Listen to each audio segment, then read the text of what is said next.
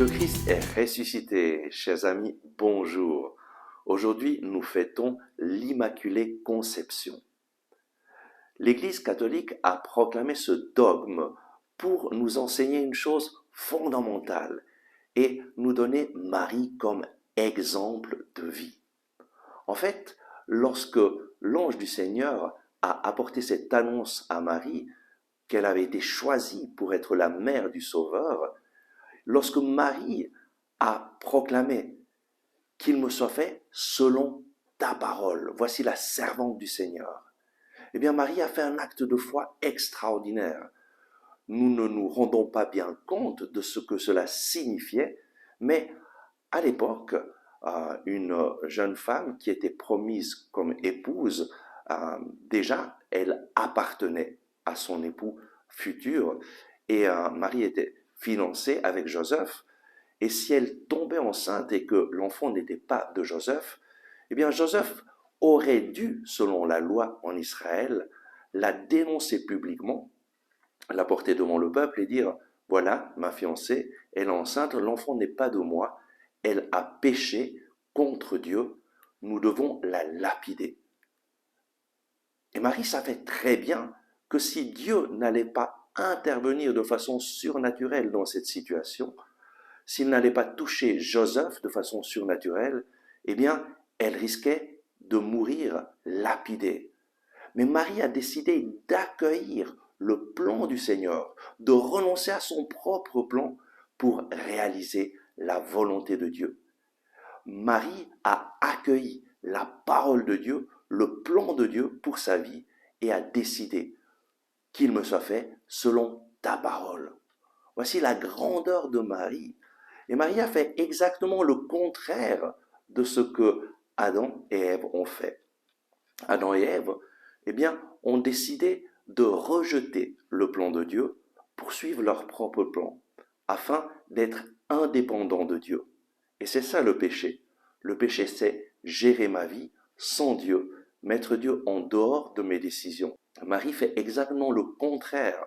Et la parole immaculée, que généralement nous attribuons seulement à Marie, eh bien Saint Paul l'utilise dans l'épître aux Éphésiens au chapitre 1, verset 4. C'est ainsi que Dieu nous a élus dans le Christ, dès avant la fondation du monde, pour être saints et immaculés en sa présence dans l'amour.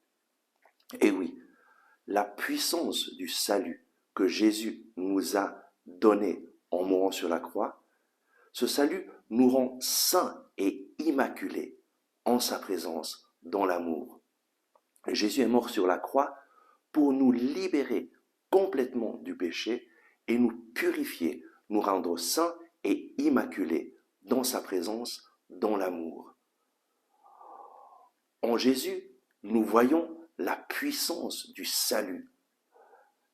Nous devenons immaculés. Et en fait, pour aller au ciel, nous avons besoin d'être purifiés par le sang de Christ et de devenir saints et immaculés dans sa présence, dans l'amour. C'est Jésus qui nous rend saints et immaculés dans sa présence, dans l'amour. Et voilà que le dogme de l'Immaculée Conception nous montre la puissance du salut que Dieu veut donner à chacun d'entre nous. Et Dieu l'a donné déjà à Marie dès sa conception. Parce que Marie a eu cette grâce de recevoir le Sauveur et Dieu a voulu qu'elle soit purifiée, que les mérites de la passion du Christ lui soient attribués dès sa conception. Et cela, c'est quelque chose que Dieu peut faire sans aucun problème, parce que Dieu est le maître des temps.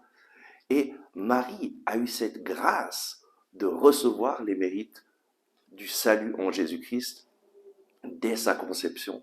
Elle a reçu son Sauveur, elle était immaculée dans la présence du Seigneur, dans l'amour.